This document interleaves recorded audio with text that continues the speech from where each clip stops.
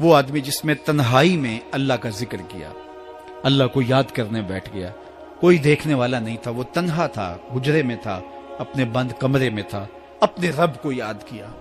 اللہ کی یاد کرتے کرتے اس کی آنکھوں سے آنسو ٹپکنے لگے، اس کی آنکھیں آنسوؤں کا خراج دینے لگی۔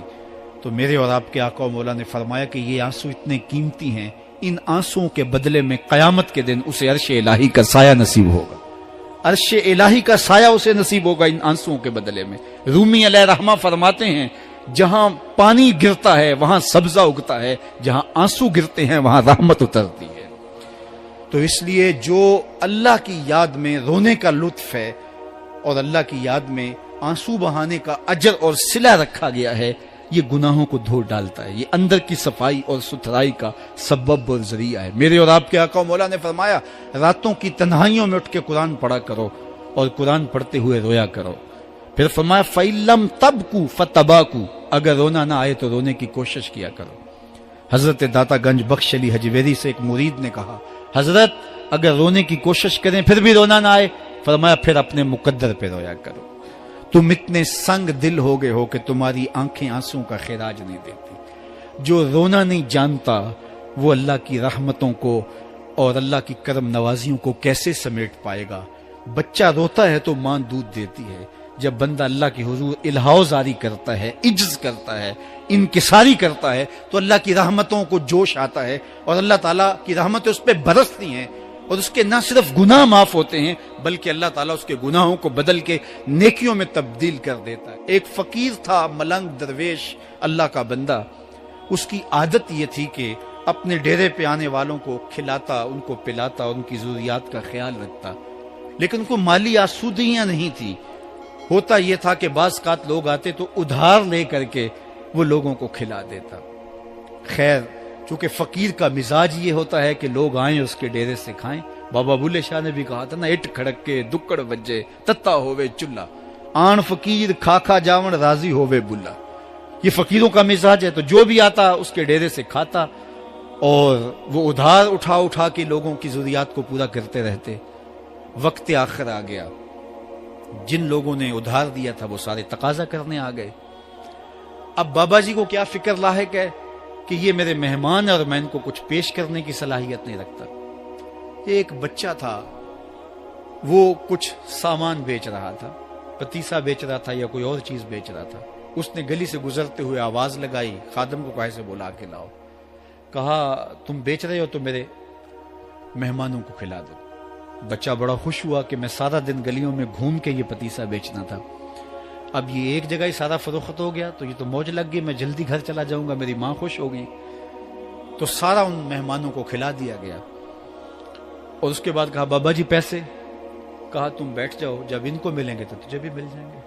وہ بیٹھ گیا، 2 4 10 منٹ بیٹھا تو بچہ تھا، پھر کھڑا ہو گیا، بابا جی پیسے؟ کہا جب ان کو ملیں گے تو تجھے بھی مل جائیں گے۔ پھر آدھا گھنٹہ گزرا تو پھر اس نے کہا بابا جی پیسے؟ میری ماں میرا انتظار کر رہی ہے، ہمارے گھر کا چولہا اسی سے جلتا ہے، میں یہ پیسے لے کر جاؤں گا اور میری ماں کوئی ہنڈیا خریدے گی اور ہم شام کا گھر کا کوئی سلسلہ کریں گے۔ کہا بیٹا جب ان کو ملے گا تو تجھے بھی مل جائے گا۔ بچے نے رونا شروع کر دیا، یتیم بچہ تھا، اس کا سارا آسرا یہی تھا، اس نے رونا شروع کر دیا۔ جب بچہ رویا اللہ کی رحمت کو جوش آیا، کوئی مرید نذرانہ لے کے ان بزرگوں کے پاس آ گیا اور اشرفیوں کی بھری ہوئی تھیلی پیش کی۔ وہ اتنے پیسے تھے کہ اس بچے کو بھی دیے، جتنے لوگ آئے تھے سب کا قرض چکایا، کہا جاؤ گھروں کو۔ تو سب نے کہا بابا جی ہم صبح سے بیٹھے ہوئے تھے تو یہ نذرانہ دینے والا صبح سے نہیں آیا، تو اب کیسے آ گیا؟ کہا صبح سے تمہارے اندر کوئی رونے والا نہیں تھا، ایک رونے والا آیا تو باقیوں کا بھی کام بن گیا۔ بعض اوقات کسی ایک شخص کی وجہ سے باقیوں کی خطائیں بھی معاف ہوتی ہیں۔ آج ہم اجتماعی طور پہ تا حد نظر اندر باہر اوپر نیچے اتنے لوگوں کے ہجوم میں اللہ کی بارگاہ سے یہ توقع رکھتے ہیں کہ مالک کتنے ہجوم میں کوئی ایک تو ہوگا جو تیرا لاڈلا ہوگا، کوئی ایک تو ہوگا جو تیرا بہت قریبی ہوگا، کوئی ایک تو ہوگا جس پہ تیری رحمتیں برسیں گی، تو مالک اس کے صدقے سے ہماری خطائیں بھی معاف کر دے، ہمارے گناہ بھی معاف کر دے۔ کوئی ایک رونے والی آنکھ مل گئی تو باقیوں کا بھی کام بن جائے گا۔ اٹھ فریدا ستیا تے میلا ویکھن جا، وت کوئی بخشیا مل جاوے تے تو ہی بخشیا جا۔ میرے مالک ہم سب کی خطائیں معاف کر دے، ہم سب سے درگزر فرما، اور ہم سب کے باطن کو ستھرائیاں دے دے، ہمارے اندر کو پاکیزگیاں دے دے۔ بہت وقت میں نے اور آپ نے صاحب گزار لیا، تیزی کے ساتھ زندگی بیت رہی ہے۔ میں اگر اپنے آپ کو دیکھوں تو میری زندگی کتنی بہاریں کاٹ چکی ہے۔ اگر آپ اپنے آپ کو دیکھیں، کوئی 60 سال، کوئی 20 سال، کوئی 25 سال، زندگی تیزی کے ساتھ گزر رہی ہے۔ بندہ جب سوچتا ہے کہ میں 40 سال کا ہو گیا ہوں تو آگے میری زندگی کے اگر 30 سال بھی ہیں تو 30 سال تو کافی ہیں، لیکن وہ پیچھے اگر پلٹ کے دیکھے تو 40 سال یوں گزر گئے جس طرح چٹکی بجائی جاتی ہے۔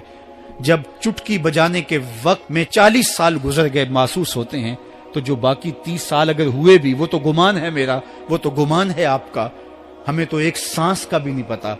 پوچھا گیا زندگی اور موت کے بارے میں کیا خیال ہے؟ کہا فجر پڑی ہے، پتہ نہیں ظہر پڑھ سکیں گے یا کہ نہیں۔ کہا اتنی لمبی امیدیں لگائے بیٹھے ہو، کہا ظہر پڑی ہے، پتہ نہیں عصر پڑھنے کا موقع نصیب ہوتا ہے کہ نہیں۔ کہا یہ بھی طول عمل ہے۔ ایک بولا عصر پڑی ہے، پتہ نہیں مغرب پڑھ سکیں گے یا کہ نہیں۔ کسی نے کہا ایک رکعت پڑی ہے، پتہ نہیں دوسری رکعت بھی پڑھنا نصیب ہوتی ہے یا نہیں۔ کہا یہ سب تمہارے منہوں کی باتیں ہیں، میں تو کہتا ہوں ایک طرف سلام پھیرا ہے، پتہ نہیں دوسری طرف سلام بھی پھیر سکیں گے یا کہ نہیں۔ کیا موت اتنی قریب نہیں ہے؟ ہم نے اپنی آنکھوں کے سامنے لوگوں کو جدا ہوتے یوں نہیں دیکھا ہے؟ ہم کہتے ہیں اس کی خبر سنا رہے ہو موت کی، یہ تو میں نے ابھی سبزی والی دکان پہ دیکھا تھا۔ لیکن جب موت آتی ہے تو ایک لمحے کا تقدم اور تاخر نہیں ہوتا۔ تو صاحب آئیے اپنی زندگی کو اللہ اور اس کے رسول کی راہوں پہ ڈالیں۔ آج وقت ہے، آج موقع ہے، آج توبہ کا دروازہ کھلا ہے، کل سب کچھ نہیں ہوگا۔ آج اس کی رحمتیں آواز دے رہی ہیں۔ آج وقت ہے، وقت پر کافی ہے ایک قطرہ بھی آب خوش ہنگام کا، جل گیا جب کھیت برسا می تو پھر کس کام کا۔ اب آئیے سنیے، اس کائنات کے اندر ہمیں وہ خواتین ملیں گی جو پردے کے پیچھے تھی، لیکن پردے کے سامنے ماں نہیں آئی، عبد القادر جیلانی آئے۔ ماں پردے کے پیچھے تھی، پردے کے سامنے فرید الدین گنج شکر آئے۔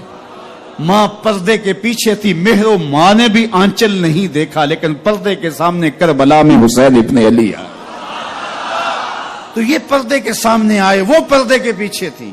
تو جب مائیں پردے کے پیچھے ہوں تو پھر بیٹے جو ہیں وہ پردے کے سامنے آ کے وہ نقش ثبت کرتے ہیں کہ جو لوگوں کے زندگی کے نقوش کو جو ہے وہ اجال دیتے ہیں اور تقدیر بدل دیتے ہیں۔